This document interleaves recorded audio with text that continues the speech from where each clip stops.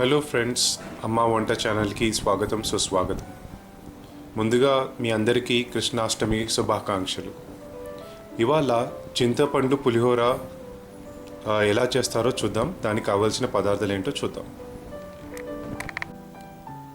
చింతపండు పులిహోరకి కావాల్సిన పదార్థాలు ఏంటో చూద్దాం. ఈ అన్ని పదార్థాలు 2 గ్లాసుల బియ్యానికి సరిపడా తీసుకున్నాము. పదార్థాలు ఏంటో చూద్దాం. 2 గ్లాసుల బియ్యం. ఆ బియ్యాన్ని మనము వండుకోవాలి, అన్నంగా వండుకోవాలి. చింతపండు నానబెట్టింది,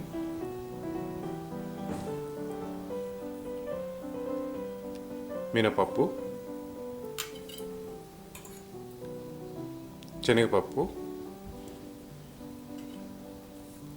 జీలకర్ర, ఆవాలు,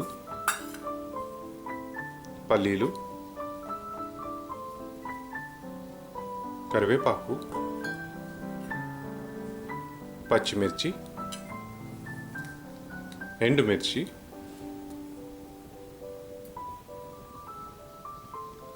పంచదార,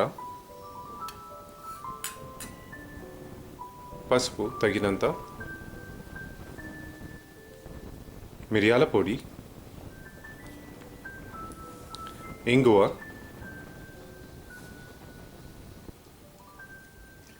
జీలకర్ర, మెంతుల పొడి. తయారీ విధానం చూద్దాం. ముందుగా ఒక గిన్నె తీసుకొని స్టవ్ మీద పెట్టి స్టవ్ వెలిగించండి.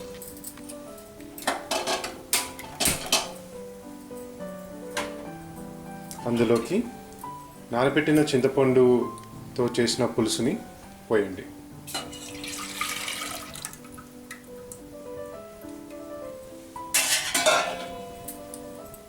కొద్దిగా పసుపు వేయండి.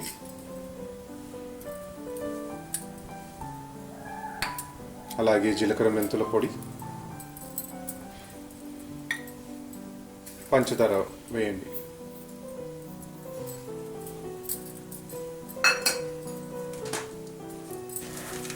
కొద్దిగా కల్లుప్పు,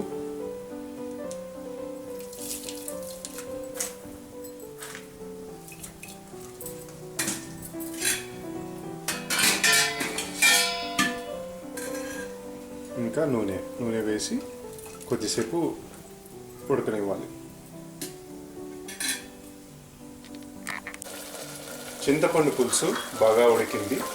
ఇప్పుడు తాలింపుకి కావాల్సిన పదార్థాలు ఎలా చేయాలో చూద్దాం. ఇప్పుడు పులిహోరలోకి తాలింపు చేసుకోవాలి. ముందుగా కడాయి ఒక స్టవ్ మీద పెట్టి స్టవ్ వెలిగించండి. అందులోకి కొద్దిగా నూనె వేయండి.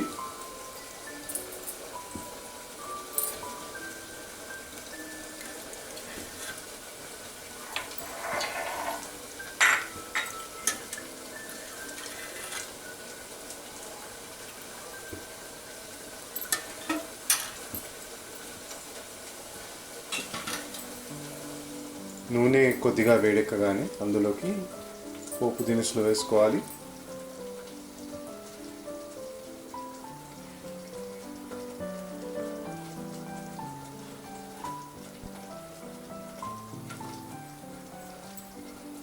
శనగపప్పు వేయండి.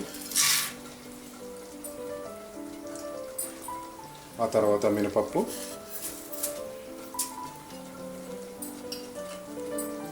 పల్లీలు,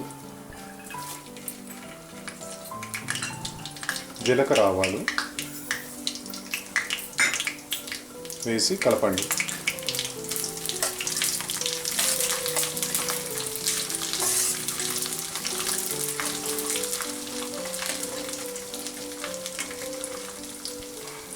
అందులోకి ఎండుమిర్చి వేసేయండి.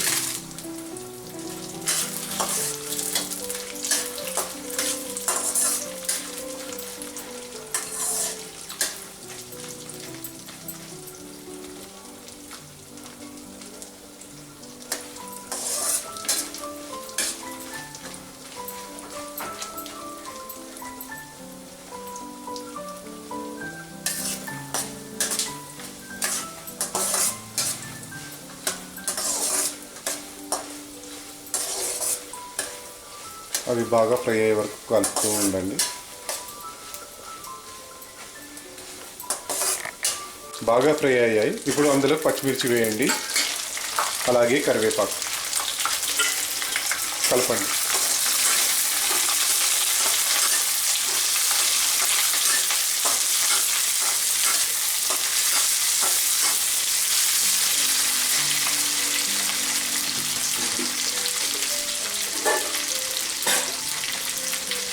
అందులోకి కొద్దిగా పసుపు వేయండి.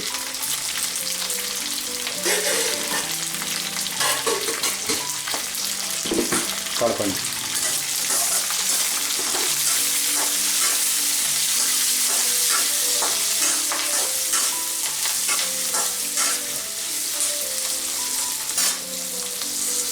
ఇప్పుడు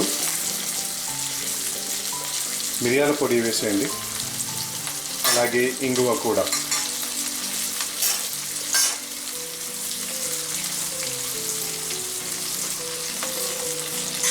కలపండి.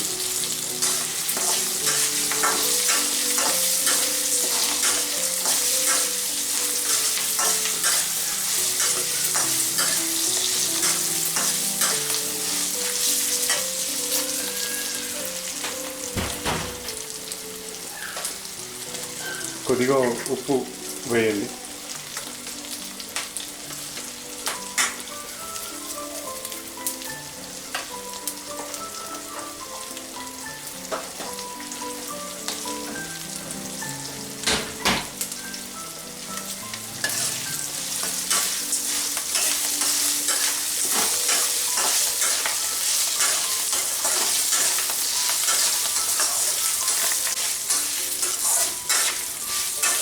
ఇప్పుడు ఆ తాలింపుని చింతపండు పులుసులోకి వేయండి.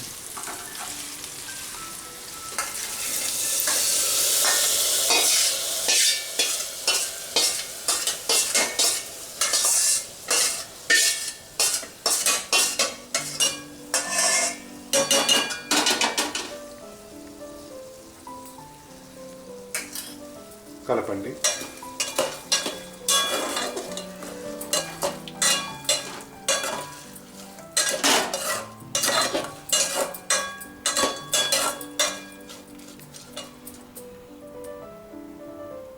పులిహోరకి కావాల్సిన మిశ్రమం రెడీ.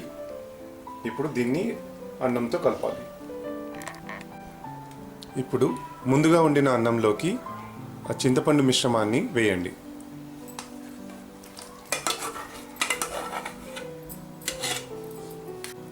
బాగా కలపండి.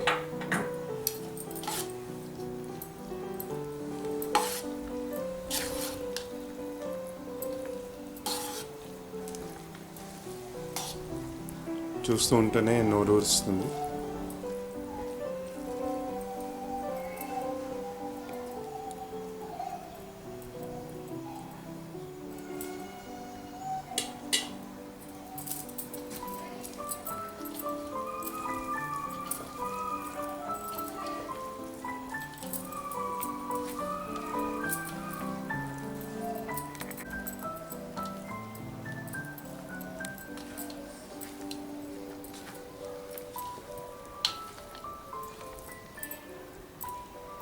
టేస్టీ చింతపండు పులిహోర రెడీ.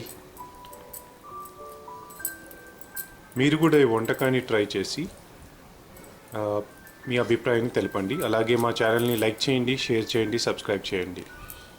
Thank you.